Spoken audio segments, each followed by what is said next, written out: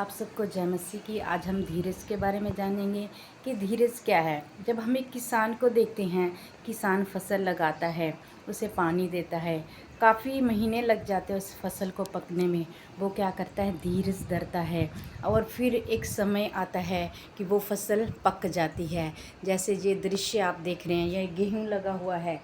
एक समय था कि जब इस फसल को बोया गया था, बीज था, फिर धीरे धीरे इसके पौधे हुए और बड़े हुए, हरे हुए, और आज देखो ये वो पौधे हैं जो पक चुके हैं। ये वो गेहूं है जो पक चुका है और निकालने के योग्य हो चुका है।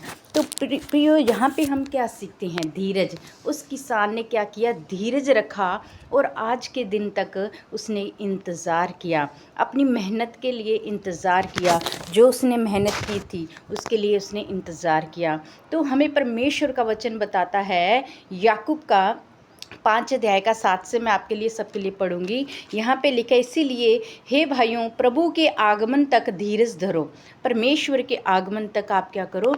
धीरज धरो। हमें धीरज धरना है। किस बात में धीरज धरना है? अगर हम दुखी हैं, या किसी परीक्षा में हैं, किसी भी परिस्थिति में हैं, तो आज हमें धीरज धरना है। कैसे धीरज धरना है? एक किसान को देखिए आप, वो किसान कैसे धीरज धरता है। जब वो फसल बोता है तो वो उसे कितना लंबा धीरज धरना पड़ता है कि जब तक वो फसल पकेगी। जब फसल पकेगी तब वो उसकी कटाई करेगा और वो उसे गेहूं प्राप्त होगा। इसी तरीके से हमें भी धीरज धरना है। परमेश्वर का वचन कहता है, तुम धीरज धरे के रहो। अगर हम धीरज धरने, आज हम दुखों में हैं, आज हम परीक्षाओं में हैं, आज हम जैसी भी परिस्थिति में हैं, हमें धीरज धरना है, क्योंकि हमें हमारा परमेश्वर इन परिस्थितियों से निकालेगा।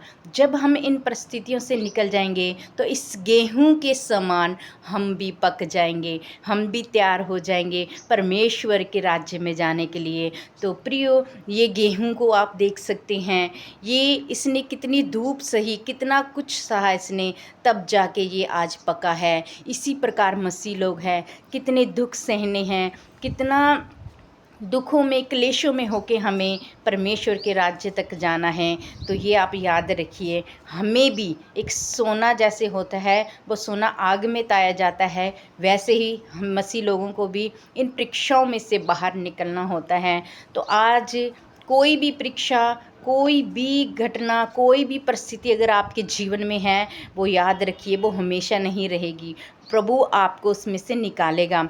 परमेश्वर कहता है आपसे, मेरी बेटी, मेरे बेटे, आप धीरज धरिए, आप धीरज धरिए। परमेश्वर आपको पक्की फसल के जैसे निकालेगा, ताए हुए सोने के जैसे, खरे सोने के जैसे आपको बाहर निकालेगा और आप परमेश्वर के योग्य होंगे। आप प्रभु के साथ उस स्वर्ग राज्य में जाने के योग्य होंगे। अगर आज हम इन परिस्थितियों में, इन क्लेशों में खरे रहते हैं, तो हम परमेश्वर के उस राज्य में अपने प्रभु यीशु मसीह जी के साथ ज़रूर साथ रहने पाएंगे। तो प्रियो, आप इस फसल को देख सकते हो, कितने तूफ़ान आते हैं, कितनी हवाएं आती हैं, बारिश आती है, तब भी ये अपने वहाँ पे बनी रहती है और समय आने पर पकती है। और जब ये पक जाती है, तब जो इसे किसान लगाने वाला होता है, इसकी कटाई करता है और उसे वो बीज, वो गेहूँ मिल जाता है। इसी प्रकार हमें भी हर तूफ़ान में, हर परीक्षा में, हर परिस्थिति में स्थिर रहना है, परमेश्वर के साथ जुड़े रहना है, वचनों में बन के रहना है। कभी भी अपने आप को परमेश्वर से दूर मत करिए, वचनों से दूर मत करिए, उसमें बने रहिए। प्रभु आपके साथ है। परमेश्वर कहता है, धीरज धरिए, प्रभु आपको हर एक परिस्थिति से बाहर निकालेगा। God bless you. परमेश्वर, प्रभु यीशु आपके साथ हैं। हालेलुया।